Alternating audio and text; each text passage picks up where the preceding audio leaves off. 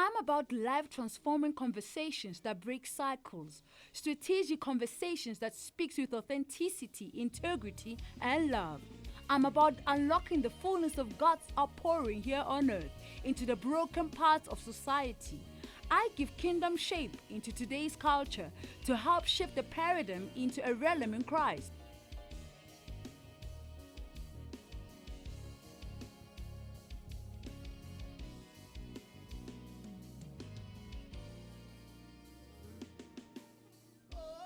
We live in a society where men are told what they should look for in a wife. This has placed so much pressure on women. But what qualities should women look for in a potential husband? Welcome to Level Up Show. This is Priscilla Mathebula. Join me with the ladies as we uncover the topic, qualities of a potential husband. So ladies, how are you doing? I'm good, and how are you? I am very good. Tina? I'm very well, thank you, Priscilla. Thank you for asking. Very excited to be here. Oh, thank you so much. Now, I am excited as well. Gail, how are you feeling? I'm feeling so excited, and even though the weather today was like, what? The sun is out, so yeah. Yes, and we made it. Yes, we We did. made it, by the way. Now, ladies, I've been hearing a lot of how wives needs to be. In research, they'll say that the wives needs to look sexually appealing, be a good cook, be able to nurture the children. There's just so many demands from a woman. They say a woman needs to be physically, emotionally, and spiritually fit. So others will just say when it comes to men, they just need to know how to treat a wife, especially with money, But there are other qualities as well that they need to be disciplined, or it matters how they treat their mother, or the strength of their character when it comes to respectfully disagreeing with their women. I think that's one of the greatest qualities. But I want to know, what are the qualities of a potential husband? Tina, what do you think? Can you just give us any quality that you think is very important, especially nowadays, in the 21st century? So, Priscilla, I think I've matured over time in terms of my view on what a husband should be. And I think that really comes about as a result of experiences, really. So I'm actually not married, and I'm in my mid-30s. So I have a fair amount of dating experience. So I think through trial and error, you navigate the journey and you start to see what really matters and what really doesn't matter, and what is going to sustain a relationship and what is not, because we are fed so many things, whether it's from the media, whether it's through our friends, and it's so important that you actually create sort of, not a blueprint, but an understanding of what it is that's going to create a solid marriage and a sustainable relationship that will last forever. Through the test of time. Yes, So I think one of the things that I've learned is that it's important to understand that God has a purpose for marriage and relationships, and that we need to be guided by that basic principle. And my understanding on relationships is that really it's meant to be for your growth in every aspect of your life. So it's very important that when you are thinking about a husband, you are thinking about what is going to be good for you in terms of where you want to go as a person, in terms of where you are heading towards as a child of God, and where you feel God is leading you, and someone who complements that. And so I would say, one of the base qualities that a woman can look for in a man is someone who's a visionary, but most importantly, someone who has a vision that is aligned to your vision, and that vision is informed by what God wants for you, or God has decreed for you or declared for you. And so being a visionary, first of all, and also just ensuring that that vision that he has for his life is very much aligned to the vision that you have, and that his vision will support your growth and where you are going. And there's nothing as frustrating, especially as a woman, when the leader does not know where he's going. So you want a visionary, where is God taking you? Because I need to know, what am I following?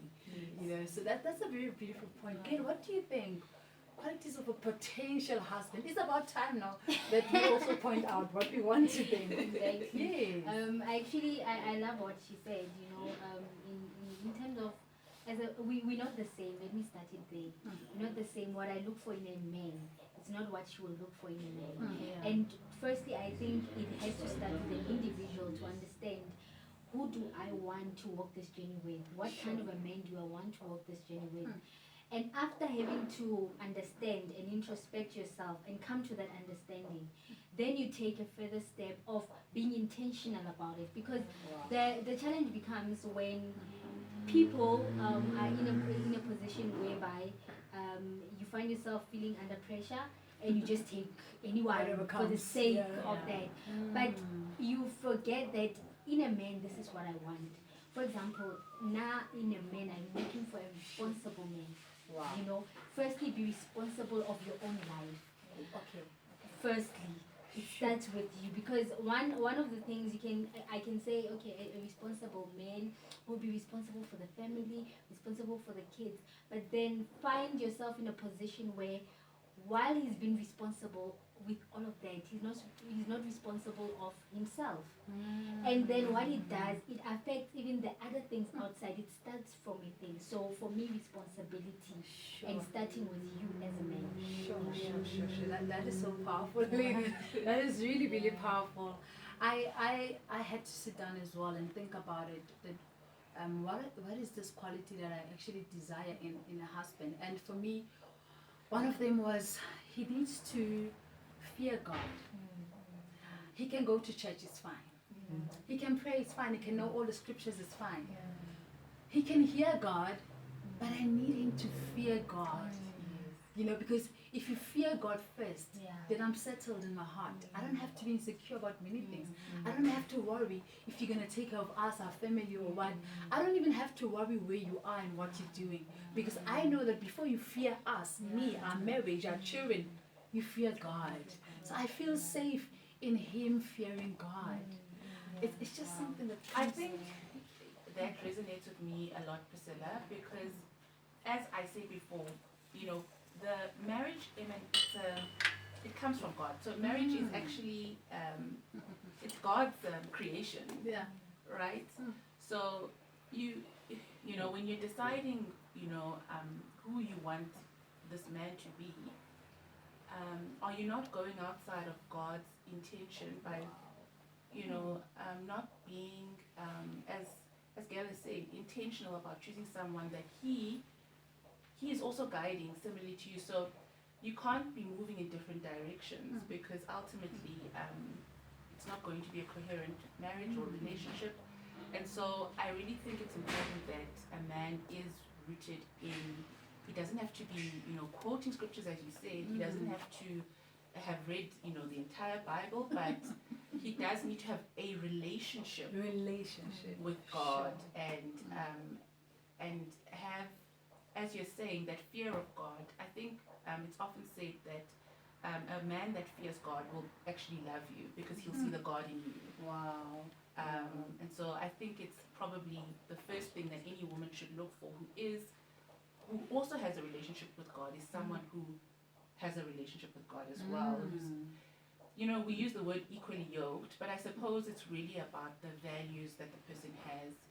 Do they really understand God's will? Do they really understand the nature of God and God's character? Because that will really drive how they treat you. Wow. Sure. When was it? I think it was yesterday. I posted something, and this has been something that, for me, having to observe, and I think it's been spoken about a lot, everywhere, how there is a lot going on in terms of girls being, mentored and all that. What about the boys? And the question now becomes, then who will go then? Sure. I've learned something. In as much as we as women, we can teach boys, or we can mentor boys. We can do it to a certain extent. But I learned that a man needs a man It's a man. to teach him how to be a man. Yes. So those are some of the things we need to come to understand. Come on. And for me, one of the qualities that brings me to this point is a man with a high self-esteem. Sure. Be confident of your own self, you know, because if you're not confident of your own self, when you see me as your woman doing something, Okay. and that could be a meeting, a business meeting, or working on a project with another man, also you are insecure. Sure. You can't be insecure. You need to be so confident that even if you are standing with her, she's mine. You know? She So belongs to firstly, me. you know, and I would say even with a woman, but you need to, each and both of you need to be in that position whereby I'm confident and myself is, you don't need me to come and feed your insecurities. I'm not here to feed your insecurities. We are here to build. We are here to make things work. So if we're going to start with feeding those things, then we're not going to, I don't even think the foundation will start. So for me, it's a big deal to have a high self-esteem man. Be a man, because it puts me in a position whereby I also won't find myself being insecure, because it happens. It can get to that point. Wow, ladies, you're making this room to be very hot. I'm very much challenged because, you know, we live in this 21st century. It's really a struggle, especially for young women that are looking to be married. I mean, we have Instagram, we have Facebook, you know, we have all the tutors, and every time you're looking for a husband, we easily go to Instagram and you look at this man who used an app on his body, you know, and you're like, God, this is how he should look, you know. There's just so much pressure. I mean, not just even the ladies who are not married, even the married couples. That's why some divorces because of that. You know, social media it's just so fake. There's just a false appearance that is appearing real, you know, and it's not really real. You get into the homes and you want your partner or your spouse to look a certain way. Things that you see on Instagram, and that's not, some of them, they don't even really live the life that we think, you know. And for me, it took me to where I felt one of the important qualities again is for him to be emotionally mature. It's important for me to see that you are emotionally mature in such a way that you can respond to challenges of life. I don't want you to be throwing tantrums on me because you cannot respond to a challenge in our marriage. I don't want you now to make me feel bad or blame me when we go through a crisis in marriage. I need to know that you are so grounded enough that even though we are going through this, you are able to say, it's a battle we're fighting, we come into it, but me and my woman, we're gonna fight it together. I don't need you to shut me out. I don't need you to blame me, and I don't need you to even pull away. I need to know that you are emotionally grounded in a way that you can handle disappointment in marriage and in life as a whole. So I will need that quality to be in a potential husband, you know. If you can be emotionally matured, it means even our communication can be very constructive. You know, we don't fight each other. We are aware of what we are fighting against. The problem. You understand? We fight the problem. We deal with the problem, not with each other. So if he's not emotionally matured, I'm fighting with you, and we are busy fighting this challenge as well. You know, and it's just the little things that I would say are stupid sometimes, because you need a man and you don't need a boy in a marriage. Yes, I think it goes back to what Gail was saying.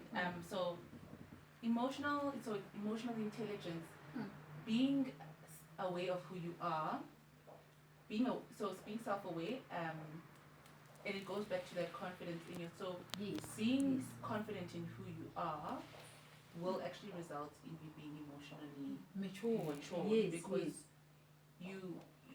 you trust yourself, and you'll execute it accordingly. So I think it's a very important quality in a man. You know, just to add on what you both of you were saying, you know, when you started, you spoke about how you matured, you know, and you learned so much in your experiences, because you got into different relationships, and now I believe at this point you are now, you know, okay, what I want in a man, you know, those experiences, those heartbreaks, those everything in between, it puts you in a position where you now like, okay, now I actually understand. Because, you know, we get ourselves into some things, or we decide to do things, and at that time we are not aware of the decisions we are making. Sure, you know? the depth of it. Exactly, Yeah. you know. Yeah. So it takes experience sometimes for you to eventually come to a place where you like, actually, now I understand, you know. So even adding on what Priscilla was saying now in terms of being matured, I usually use this example because, guys, like, I mean, hello. All my experiences has put me to a place where I like, okay, now I know what I want. Yeah. Or I'm close to knowing. In high school, I dated a guy named, and guys in me, we were young. We were young, but I'm always taken back to that experience. I was married. I went through a divorce, and before I got married, I did date. I think I dated 2 or 3 guys before the 4th one, whom I got married to. But now going back to high school with all my experiences with other guys, this one, man, I'm like, The first you know, yes, in high school, I'm like, no, man, did we fight? Did we have arguments? And I said, I'm like, man, no, dude, we never. I remember sitting with my sister and I said, what's that? Hey, look at that guy. We hardly fought. And let me tell you why. Because now I'm born. When I don't like something, I don't. And I'll tell you and all that. And you know, I know my character. I'm just outspoken. Oh, he was calm. Like I wrote, you know, Okay, the calm ones. He was very calm. Okay. And apart from being calm, because a person can be calm, but still behind closed doors, people won't see. You know, the person is calm, but you know, they don't know what you deal with. But in his calmness, in the way he approached a situation, he never made me feel attacked. Okay. We'd be talking and then that's when we would throw in something and say, by the way. For me, that goes back to maturity, what you're talking about. To say, I just want to understand something. And after we understand, we are done with it. Let's carry on with the business of the day. You know? And for me, when I look at it, I'm like, yeah, now kissing the my dog, but you know, we learn as time goes, and then for me, that experience made me realize that, you know, maturity is very important also, because how you approach things. We're not gonna attack each other here. I'm just here. I want to understand And you. respect. Exactly. You know, the respect. Not being forceful, not imposing his ideals, but really treating it like a partnership. You know, where there's a bit of compromise. It's not all about you. It's not all about him, but it's really a partnership where you meet each other in the middle. Because when you're immature, as you're saying, you lash out because you're not getting your way. It's your way or the highway. But someone who's respectful is saying, look, I'm willing to meet you halfway. I'm willing to compromise some of what I want so that you can have. Because someone who also is interested in your happiness is also very important, and not just I want to be fulfilled in this marriage and this is about my wife fulfilling my needs, but it's really about compromising and understanding that you do come from different backgrounds, you're raised differently, you've had different experiences, but you want to come together and make it work. And so being able to compromise and respect the other person is very important. Which brings out the best out of you. The best out of you. Now that is all from us. And remember, you were made to Walk Talk and see just like God.